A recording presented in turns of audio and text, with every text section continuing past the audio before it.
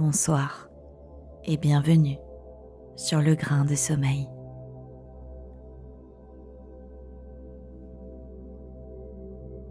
Si cette vidéo vous a plu, n'hésitez pas à l'aimer, la partager et à vous abonner à la chaîne.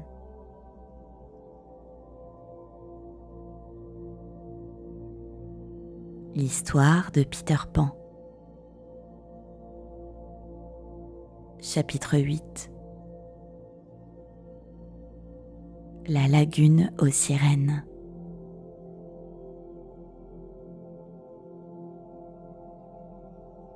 Si vous fermez les yeux, avec un peu de chance, vous apercevrez parfois un vague étang aux teintes pastel, suspendu dans le noir. Pressez vos yeux un peu plus fort, l'étang prendra forme. Les couleurs deviendront si vives que, si vous pressez encore, elles s'embraseront. Mais, juste avant qu'elles ne s'embrasent, vous verrez la lagune. C'est le point suprême que vous puissiez atteindre sur le continent, et seulement l'espace d'un délicieux instant. S'il pouvait y avoir 2 instants, alors vous verriez les vagues et entendriez le chant des sirènes. Les enfants passaient les longues journées d'été sur la lagune, à nager, flotter, jouer dans l'eau avec les sirènes. N'en concluez pas que les sirènes les traitaient en amis. Bien au contraire. Ce fut l'un des plus vifs regrets de Wendy, de voir que, tout le temps qu'elle vécut dans l'île, elle n'en reçut jamais un mot poli. Quand elle longeait à pas feutrés le bord de la lagune, elle pouvait les voir par la fente d'un rocher, se dorant au soleil sur l'îlot des abandonnés, pour lesquels elles avaient une prédilection, ou peignant leur chevelure avec une indolence qui irritait la fillette. Il lui arrivait de nager vers elle, pour ainsi dire sur la pointe des pieds, jusqu'à une dizaine de mètres. Mais dès qu'elle l'apercevait, elle plongeait en l'éclaboussant tout exprès de leur queue. Seul Peter jouissait d'un régime de faveur. Il venait bavarder avec elle sur le rocher des abandonnés et s'asseyait à cheval sur leur queue quand elle se montrait trop insolente. Il avait même donné à Wendy un de leurs peignes d'écailles. La période la plus fascinante pour observer les sirènes est celle du changement de lune, lorsqu'elles émettent d'étranges gémissements. Mais alors, la lagune est dangereuse pour les mortels, et jusqu'au soir dont il va être question, Wendy n'avait jamais vu la lagune au clair de lune, moins par peur, car Peter l'aurait accompagnée, que parce qu'elle exigeait que tout le monde fût au lit à 7 heures. Elle aimait se rendre à la lagune surtout les jours où le soleil brillait après la pluie.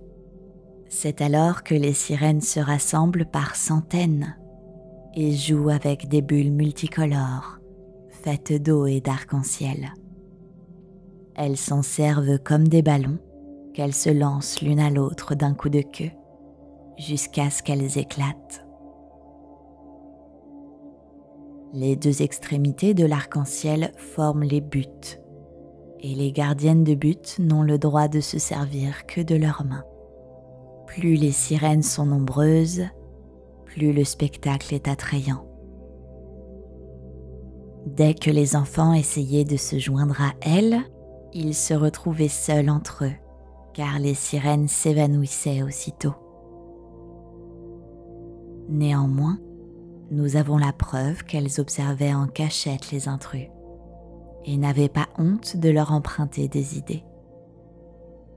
Ainsi, John introduisit une nouveauté dans le jeu, que les gardiennes de but adoptèrent et qui consistait à frapper la bulle de la tête au lieu de la main.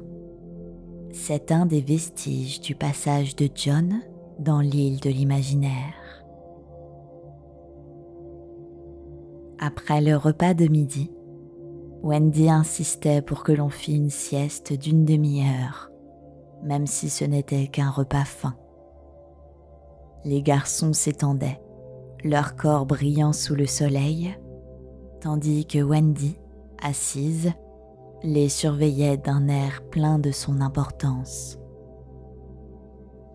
Par un de ces beaux jours d'été, tous se trouvaient donc sur l'îlot des abandonnés. Ce rocher n'était guère plus large que leur lit, mais ils savaient ne pas prendre trop de place. Les garçons sommeillaient, ou feignaient de sommeiller, et se pinçaient dès que Wendy tournait la tête, car elle était très occupée à coudre. Soudain, un changement survint dans la lagune. De petits frissons coururent à la surface de la mer. Le soleil s'obscurcit. Des ombres passèrent sur l'eau qu'elles refroidirent. Wendy, incapable de distinguer les points de son ouvrage, leva les yeux. La lagune, d'ordinaire si riante, avait pris un aspect hostile, inquiétant. Ce n'était pas la nuit, mais quelque chose d'aussi sombre que la nuit était venu. Non, pire que cela. Ce quelque chose n'était pas encore là, mais avait envoyé sur la mer un frisson avant-coureur pour annoncer sa venue. Qu'était-ce donc? Alors, affluèrent à la mémoire de Wendy toutes les histoires qu'on lui avait contées au sujet de l'îlot des abandonnés, ainsi nommé parce que de méchants capitaines y abandonnaient des marins promis à un prompt naufrage. En effet, la marée montante ne tardait à submerger totalement le rocher et les noyait. Certes, Wendy aurait dû réveiller les enfants, non seulement à cause de cette chose inconnue qui venait vers eux, mais parce qu'il est malsain de dormir sur de la pierre froide. Mais Wendy, étant une jeune maman, ignorait ce détail et croyait bien faire en s'en tenant strictement à la règle de la sieste d'une demi-heure après le repas. Aussi, bien que transie de peur et souhaitant ardemment ouïr une voix virile, s'interdit-elle jusqu'au bout de les réveiller, même au moment où elle perçut un battement sourd d'aviron emmitouflé et que son cœur se mit à palpiter sauvagement. N'était-ce pas héroïque de sa part? Par bonheur pour eux tous, Peter était capable de sentir un danger jusque dans son sommeil. Il se dressa d'un bond, l'œil vif et bien ouvert, et d'un cri réveilla ses compagnons. Puis il tendit l'oreille et s'écria « Les pirates !» Les autres se serraient contre lui. Un étrange sourire jouait sur sa figure. Wendy s'en aperçut et frémit. Lorsque Peter souriait ainsi, personne n'osait plus lui adresser la parole. Il n'y avait plus qu'à obéir. L'ordre claqua sèchement. Plongez. Il y eut comme un feu d'artifice de jambes nues. Puis la lagune sembla totalement déserte. Le rocher des abandonnés se dressait solitaire au milieu des eaux sombres, comme abandonné à son tour. La barque se rapprochait. C'était le canot des pirates, avec 3 personnes à son bord. Smee et Starkey, et rien moins que Lys Tigré, prisonnière. Ses mains et ses chevilles étaient ligotées, et elle n'ignorait pas le sort qui l'attendait. Elle allait périr, abandonnée sur le rocher, d'une mort terrible, pire que la mort par le feu ou les tortures, car il n'est pas écrit dans le livre de la tribu. Néanmoins, son visage ne reflétait aucune émotion. Fille de chef, elle devait mourir en fille de chef. Un point, c'est tout. On l'avait capturée alors qu'elle montait sur le bateau pirate, un poignard entre les dents. Crochet ne laissait jamais de guetteur à bord, car il se targuait de ce que son sinistre renom suffisait pour tenir l'ennemi à bonne distance. Et bientôt, le triste destin de Lys Tigré irait encore accroître ce renom, et le vent se grossirait d'un gémissement de plus. Plongés dans les ténèbres qu'ils amenaient avec eux, les pirates ne virent le rocher que lorsqu'ils faillirent s'écraser dessus. « Marin d'eau douce !» cria une voix irlandaise. « Nous sommes arrivés. Il ne reste plus qu'à hisser cette peau rouge sur le rocher et à l'abandonner à son sort. » La belle enfant fut débarquée sans ménagement, mais elle était trop fière pour opposer une vaine résistance. Derrière le rocher, 2 têtes, celle de Peter et Wendy, apparaissaient de temps en temps hors de l'eau. Wendy pleurait.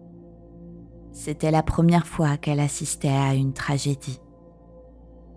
Peter en avait vu bien d'autres et les avait toutes oubliées. Il se souciait moins que Wendy de la victime. Ce qui l'indignait et le décida à intervenir, c'était ce 2 contre 1. Le moyen le plus sûr eût été d'attendre le départ des pirates. Mais Peter n'était pas de ceux qui choisissent la facilité. Et comme il savait tout faire, ou presque, il se mit à imiter la voix de Crochet. « Ohé du canot, marin d'eau douce !» L'imitation était parfaite. « Le capitaine !» firent les pirates en se regardant l'un l'autre d'un œil étonné. « Il doit nager à notre rencontre », dit Starkey après avoir vainement scruté les alentours. « Nous sommes en train de débarquer la peau rouge sur le rocher », cria Smee. « Relâchez-la. » La réponse avait de quoi surprendre. La relâcher ? Oui, détachez-la et rendez-lui sa liberté. Mais capitaine, immédiatement, vous m'entendez ? Ou je vous plonge mon crochet dans le corps, cria Peter. Voilà qui est étrange, souffla Smee. Mieux vaut obéir aux ordres du capitaine, dit Starkey, nerveux. Bon, dit Smee, et il trancha les cordes qui liaient Lys Tigré. Celle-ci glissa comme une aiguille entre les jambes de Starkey et plongea. Wendy se sentait débordante d'admiration pour Peter, mais elle savait que lui-même devait crever d'orgueil. Il allait très probablement pousser son cocorico triomphal et se trahir lui-même. Aussi, voulut-elle lui mettre la main sur la bouche, mais son geste fut interrompu par un « ohé » du bateau qui résonna sur la lagune. C'était la voix de Crochet, mais la vraie cette fois. Sur le point de chanter victoire, Peter ne put émettre qu'un sifflement étonné. « Ohé du bateau !» cria de nouveau la voix. Wendy comprit aussitôt. Le vrai Crochet se trouvait lui aussi dans l'eau. Il nageait vers le canot et ses hommes lui tendaient une lanterne pour le guider vers eux. À la clarté de cette lanterne, Wendy vit le Crochet du capitaine agripper le bord de l'embarcation.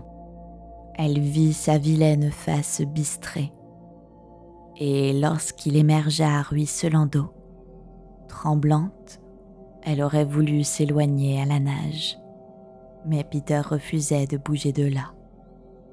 Il débordait de vie autant que de suffisance. « Ne suis-je pas merveilleux ?» souffla-t-il. Bien qu'elle partageât cette opinion, elle se réjouit que personne d'autre qu'elle ne fût là pour l'entendre. Il lui fit signe d'écouter en silence. Les deux pirates étaient curieux de savoir ce qui amenait le capitaine, mais ce dernier demeurait prostré dans une attitude mélancolique, la tête appuyée sur son crochet. « Tout va bien, capitaine ?» demandèrent-ils timidement. Un sourd gémissement leur répondit. Il a soupiré, chuchota Smee. Il soupire encore, fit Starkey. Et il remet ça, dit Smee. Qu'est-ce qui ne va pas, capitaine ? Enfin, Crochet laissa éclater son désespoir. Rien ne va plus, s'écria-t-il.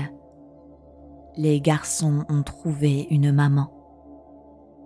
Si effrayée qu'elle fût, Wendy se sentit gonflée de fierté. « Ô jour néfaste !» s'écria maître Starkey. « Qu'est-ce qu'une maman ?» demanda l'ignorant Smee. Puis, elle songea que s'il avait été possible d'avoir un chouchou pirate, Smee eût été le sien. Mais Peter l'attira sous l'eau, car Crochet avait sursauté à son cri. « Qu'est-ce que c'était ?» demanda-t-il. « Je n'ai rien entendu, » dit Starkey, en élevant sa lanterne au-dessus de l'eau. Les pirates aperçurent alors une chose étrange. C'était le nid dont je vous ai déjà parlé, avec l'oiseau imaginaire assis dessus. « Regarde, » dit Crochet à Smee. « Voilà une mère. » Quelle leçon! Le nid peut bien tomber à l'eau. La mère désertera-t-elle ses œufs pour autant? Non. Sa voix se brisa comme s'il se remémorait soudain les jours innocents où... Mais il chassa cette faiblesse d'un revers de crochet. Fortement impressionné, Smee regardait l'oiseau s'éloigner. Mais Starkey, plus soupçonneux, dit alors « S'ils ont trouvé une maman, peut-être est-elle venue pour aider Peter ?» « C'est précisément ce que je crains, » dit Crochet avec une grimace. Mais la voix impatiente de Smee le tira de son abattement. « Capitaine, » disait Smee, « et si nous kidnappions la mère de ces garçons pour en faire notre mère ?» « Voilà une idée géniale !» s'écria Crochet, dont le cerveau puissant conçut aussitôt les moyens pratiques de la réaliser. « Nous nous emparerons des enfants et les mènerons à bord. Les garçons se promèneront sur la planche et Wendy sera notre mère. » Une fois de plus, Wendy s'oublia. « Jamais !» cria-t-elle, et elle replongea sous l'eau. Qu'est-ce que c'était ? Mais les pirates ne voyaient rien et crurent que c'était une feuille portée par le vent. « Alors, c'est d'accord, mes agneaux ?» demanda Crochet. « Topez-la, capitaine !» dirent les deux hommes en tendant la main. « Topez-la et jurez !» dit Crochet en tendant sa griffe.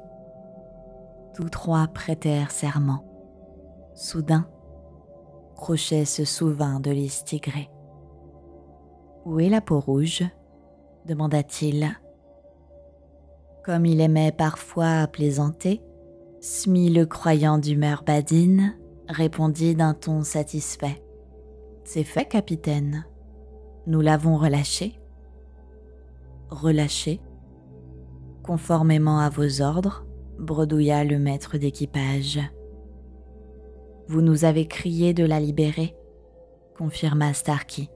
« Scorbut et choléra, n'essayez pas de me rouler, tonna Crochet noir de fureur. Mais voyant que les deux hommes étaient sincères, il éprouva un choc.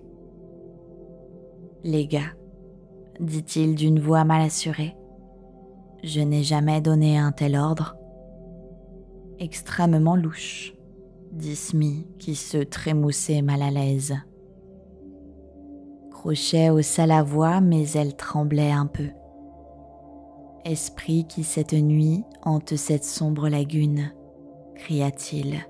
« M'entends-tu » Naturellement, Peter aurait dû se tenir tranquille.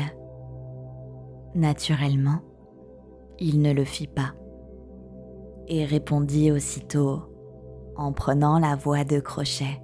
« Scorbut et choléra, je t'entends. » Quoique moralement vert de peur, Crochet ne blêmit même pas. Mais Starkey et Smee se cramponnèrent l'un à l'autre de terreur. « Qui es-tu, étranger ? Parle, » ordonna Crochet. « Je suis Jacques Crochet, le capitaine du Jolly Roger, » expliqua la voix. « Ce n'est pas vrai, ce n'est pas vrai, » répliqua Crochet d'une voix enrouée.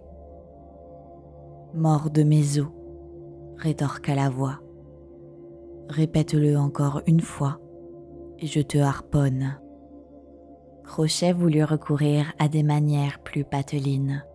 « Si tu es Crochet, dit-il presque humblement, alors dis-moi, qui suis-je donc ? » « Une morue, » répondit la voix, « rien d'autre qu'une morue. »« Une morue ?» répéta Crochet, hagard. Sa vaillance ne résista pas à ce choc. En outre, ces hommes l'abandonnaient. « Ainsi nous avons été commandés si longtemps par une morue ?» grommelèrent-ils. « C'est déshonorant. » Ses propres chiens essayaient de le mordre, mais dans sa tragique solitude, il n'y prit pas garde. Contre une telle évidence, ce n'était pas de leur confiance qu'il avait besoin, mais de la sienne. Il sentait son moi lui échapper. « Ne fais pas ça, mon frère, » implora-t-il. Comme chez tous les grands pirates, il y avait dans son âme ténébreuse cette pointe de sensibilité féminine qui lui inspirait parfois d'heureuses intuitions. Il eut soudain l'idée d'essayer le jeu des devinettes. « Crochet, lança-t-il, as-tu une autre voix ?» Incapable de résister à la tentation, l'espiègle Peter répondit gaiement de sa voix naturelle. « Oui, j'en ai une. »« Et un autre nom ?»« Oui, oui. »« Es-tu un végétal ?» demanda Crochet. « Oh non. »« Un minéral ? » Non plus. »« Un homme ? » Oh ça, non alors. « Un garçon ? » Oui. »« Un garçon ordinaire ? » Un merveilleux garçon ? Au grand désespoir de Wendy, cette fois la réponse fut « oui ».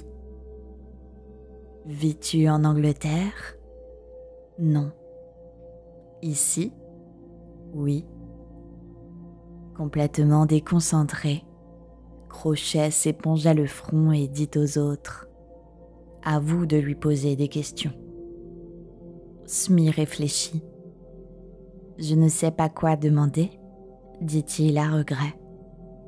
Vous ne devinerez pas, vous ne devinerez pas, jubilait Peter. Vous donnez votre langue au chat? Son fol orgueil l'entraînait trop loin, et les gredins virent l'occasion d'en profiter. Oui, oui, répondirent-ils. Je suis Peter Pan. En un instant, Crochet fut redevenu lui-même, et Smee et Starkey ses fidèles acolytes. Nous le tenons, cria Crochet. Allô, Smee. Starkey veille au bateau. Prenez-le mort ou vif. Il bondissait de joie.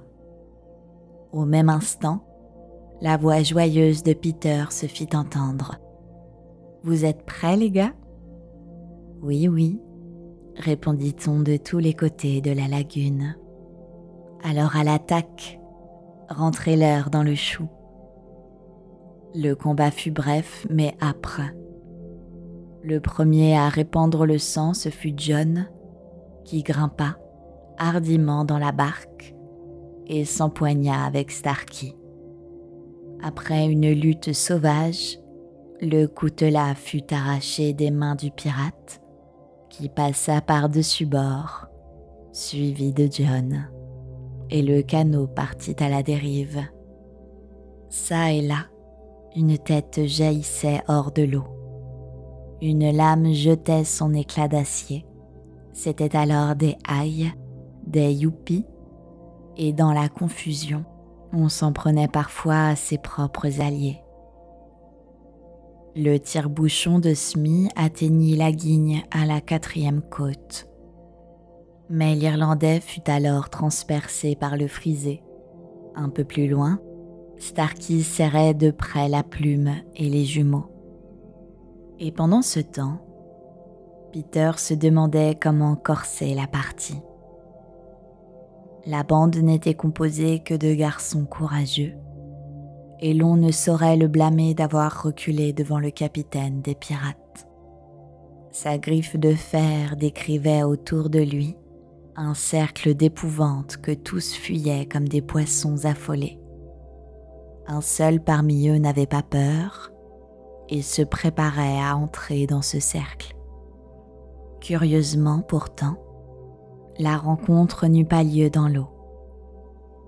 Crochet se hissa sur le rocher pour souffler un peu, au moment même où Peter escaladait de l'autre côté. Le rocher était plus glissant qu'un œuf, et il fallait ramper plutôt que grimper. Chacun ignorait que l'autre approchait, et cherchant une prise où s'agripper, leurs bras se rencontrèrent.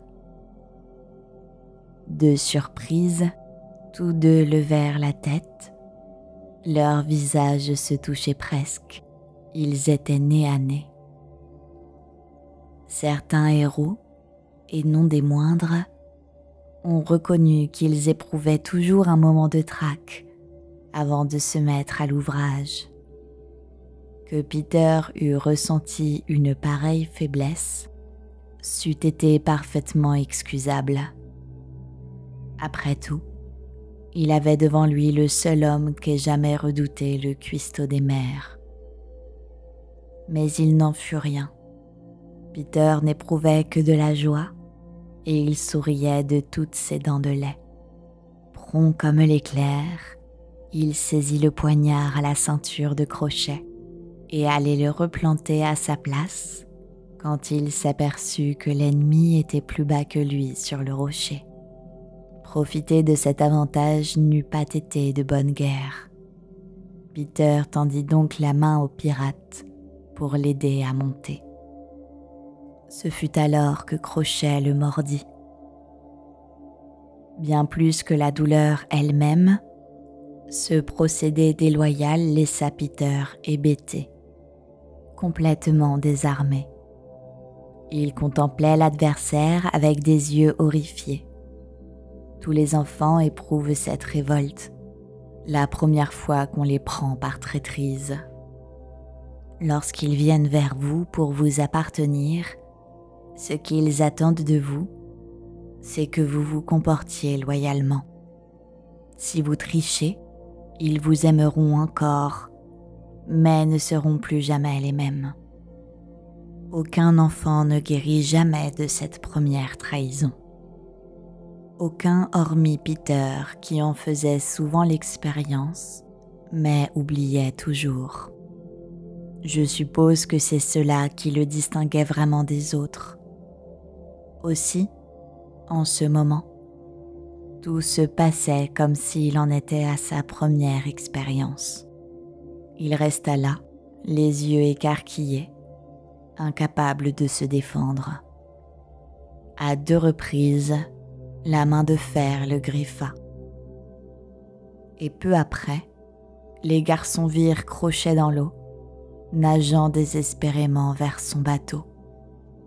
Son affreux visage ne reflétait aucune joie, seulement la peur, une peur atroce, car le crocodile le poursuivait avec acharnement. En temps ordinaire, les garçons les auraient accompagnés en prodiguant des encouragements. Mais ils se sentaient vaguement inquiets de ne plus voir ni Peter ni Wendy, et ils se mirent à les chercher dans toute la lagune en criant leur nom. Ils trouvèrent le canot des pirates et s'y embarquèrent pour regagner la rive, sans cesser d'appeler Peter et Wendy. Seul le rire moqueur des sirènes leur répondit. Ils ont dû repartir à la nage ou en volant, concluèrent-ils. À vrai dire, ils avaient une telle confiance en Peter qu'ils ne s'inquiétaient pas à outre mesure. Ils gloussaient comme des polissons à l'idée qu'ils seraient en retard pour le coucher. Mais aussi, c'était la faute de maman Wendy. Leurs cris s'éteignirent et le silence glacé retomba sur la lagune. Soudain, un faible cri s'éleva. « Au secours, au secours !» 2 petites formes battaient contre le rocher. La fillette était évanouie, le garçon la portait dans ses bras. Dans un sursaut de désespoir, Peter poussa Wendy sur le rocher et s'allongea près d'elle. Près de s'évanouir à son tour, il vit encore que la marée montait. Bientôt tous 2 seraient noyés, mais il ne pouvait rien faire de plus. Comme ils étaient étendus côte à côte, une sirène vint saisir Wendy par le pied et la tira furtivement dans l'eau. Peter, sentant sa compagne glisser, se réveilla en sursaut. Il n'eut que le temps de la ramener sur le rocher. Mais il fallait lui dire la vérité à présent.